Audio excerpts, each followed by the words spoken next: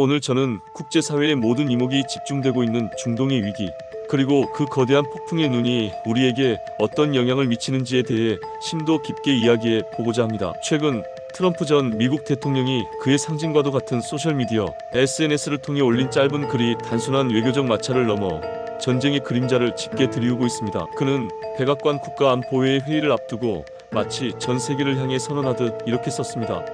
우리는 소위 최고 지도자가 어디에 숨어 있는지 정확히 알고 있다. 여기서 소위 최고 지도자가 이란의 아야톨라 알리 하메네이를 지칭한다는 사실을 모르는 사람은 아무도 없었습니다. 이는 단순한 정보력 과시가 아닙니다. 그것은 적의 심장부를 정밀하게 조준하고 있다는 섬뜩한 경고입니다. 더욱 세계를 경악시킨 것은 그 다음 문장입니다. 우리는 적어도 지금은 그를 제거하지 않을 것이다. 이 문장에서 제거하다는 의미의 테이크 아우트이라는 표현은 의도적으로 K를 하나 더 붙여 테이크 K 아우트로 표기되었습니다.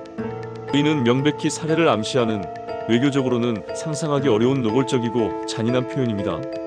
여기에 인내심이 점점 줄고 있다는 말을 덧붙임으로써 이 메시지는 이란이라는 한 주권 국가를 향해 무조건 항복을 요구하는 사실상의 최후 통첩이 되었습니다. 자, 그렇다면 이란의 입장에서 이 굴욕적이고 치명적인 요구를 과연 받아들일 수 있을까요? 이란이 처한 상황은 그야말로 사면초가입니다. 우리는 이 사태의 시작을 기억해야 합니다. 분쟁의 발단은 시리아 다마스쿠스에 있는 이란 영사관에 대한 이스라엘의 선제 폭격이었습니다. 국제법상 명백한 주권 침해에 대해 이란은 자국민들에게 보여주기 위한 제한적이고 계산된 보복 공격을 감행했습니다. 하지만 결과는 어땠습니까? 미국을 위시한 지칠과 서방 주요국들은 이스라엘의 최초 공격은 사실상 묵인한 채 이란의 대응만을 문제 삼아 영내 분쟁의 원인 제공자라는 낙인을 찍어버렸습니다. 순식간에 이란은 국제사회에서 고립무원의 처지로 전락했습니다. 이는 단순한 외교적 고립을 넘어 이란 내부를 뒤흔드는 치명적인 압박으로 작용합니다. 경제난과 사회적 통제에 대한 불만이 팽배한 이란 사회에서 이러한 외부의 압박은 현 정권의 무능과 실책에 대한 국민적 분노로 폭발할 수 있습니다. 바로 이 지점을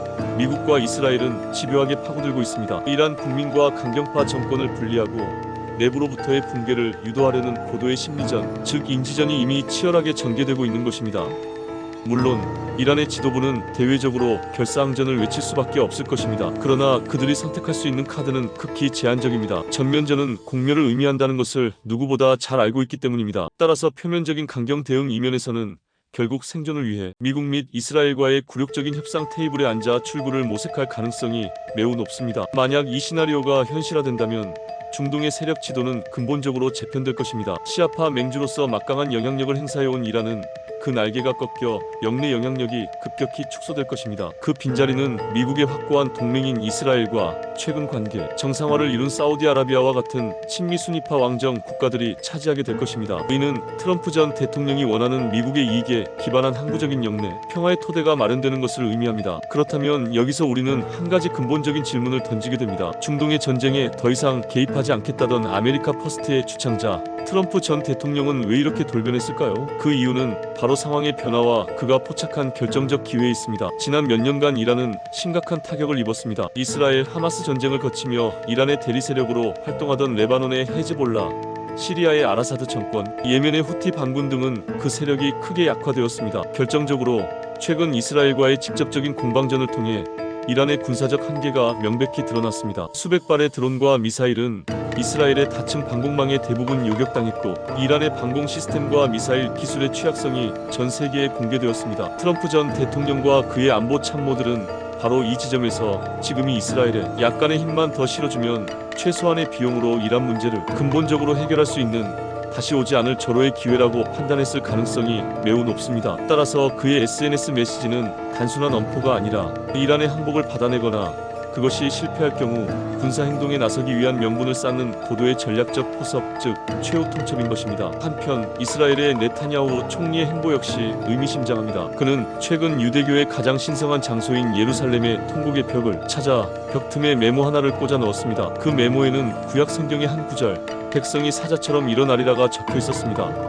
이 구절의 전체 내용은 움킨 것을 먹으며 죽인 피를 마시기 전에는 눕지 아니하리라는 섬뜩할 정도로 결연하고 공격적인 의지를 담고 있습니다. 이는 이스라엘의 생존을 위협하는 적인 이란을 향해 더 이상 방어에 머무르지 않고 먼저 일어나 현상을 바꾸고 끝을 보겠다는 선전포고나 다름없습니다. 부패 혐의와 하마스 전쟁 장기화로 인해 극심한 국내 정치적 위기에 몰려있던 네타냐후 총리에게 이란이라는 거대한 외부의 적은 국민의 시선을 돌리고 자신의 정치적 생명을 연장할 수 있는 절호의 기회이기도 합니다. 라이징 라이언이라는 작전명은 이러한 이스라엘의 군사적, 정치적 의도를 명확하게 보여주고 있습니다. 물론 이러한 서방의 움직임에는 심각한 도덕적 딜레마와 위선이 존재합니다. 이란은 핵 확산 금지 조약에 서명한 국가이지만 이스라엘은 사실상의 핵 보유국이면서도 NPT에 가입조차 하지 않았습니다. 그럼에도 미국을 포함한 서방 세계가 이란의 핵 프로그램만 문제 삼는 것은 명백한 이중잣대입니다. 이는 이란에게 핵 개발의 명분을 제공하고 힘의 논리가 정의를 압도하는 국제 정치의 비정한 현실을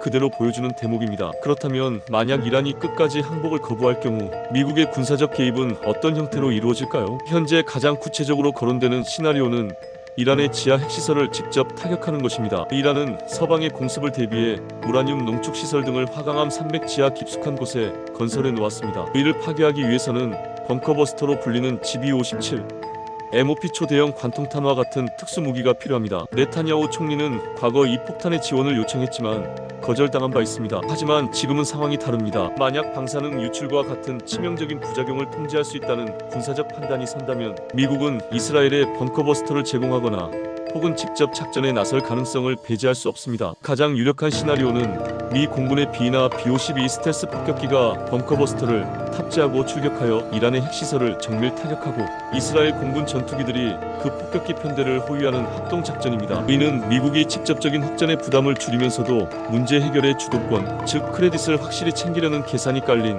매우 현실적인 선택지가 될 수 있습니다. 마지막으로 이 머나먼 중동의 분쟁이 바로 여기 우리가 발 딛고 서 있는 한반도에 어떤 영향을 미치는지에 대해 말씀드리며 마무리하고자 합니다. 이것은 결코 먼 나라의 이야기가 아닙니다. 첫째, 우리 경제의 생명줄을 위협합니다. 당장 세계 경제는 엄청난 불확실성 속으로 빠져들고 있습니다. 중동 정세가 불안해지자마자 국제 유가와 환율은 이미 천정부지로 치솟고 있습니다. 특히 전 세계 원유 수송량의 막대한 비중을 차지하는 호르무즈 해협이 봉쇄라도 된다면 에너지의 90% 이상을 수입에 의존하는 우리 경제는 그야말로 직격탄을 맞게 됩니다. 이는 단순히 주유소 기름값 인상을 넘어 생산 비용 증가, 물가 폭등, 그리고 민생 경제의 심각한 위기로 이어질 수밖에 없습니다. 정부가 6개월분의 피축유를 확보하고 있다지만 사태가 장기화될 경우 그 충격은 상상을 초월할 것입니다. 둘째, 그리고 어쩌면 더 심각한 문제는 한반도의 안보에 미치는 치명적인 악영향입니다. 지금 이 순간 평양의 지도자는 테헤란의 상황을 그 누구보다 예의주시하고 있을 것입니다. 만약 미국과의 핵협상이 결국 정권의 생존을 보장하는 것이 아니라 오히려 군사적 공격의 빌미를 주는 것으로 귀결된다면 북한은 어떤 교훈을 얻게 될까요? 그들은 핵무기라는 보검을 포기하는 순간 우리도 이란처럼 언제든 공격당할 수 있다는 확신을 갖게 될 것입니다. 이는 북한에게 핵 개발과 고도화의 정당성을 더욱 강화시켜 줄 것이며 지난 수십 년간 이어져 온 한반도 비핵화 협상의 동력을 완전히 상실하게 만드는 돌이킬 수 없는 악재로 작용할 것입니다. 이처럼 중동에서 날아든 한 장의 최후 통첩은 우리 경제의 기반을 흔들고 한반도의 평화를 위협하는 거대한 나비 효과를 일으키고 있습니다. 우리는 지금 그 어느 때보다 냉철한 시각으로 국제 정세를 주시하며 다가올지 모를 거대한 파도에 대비해야 할 절체절명의 시점에 서 있습니다.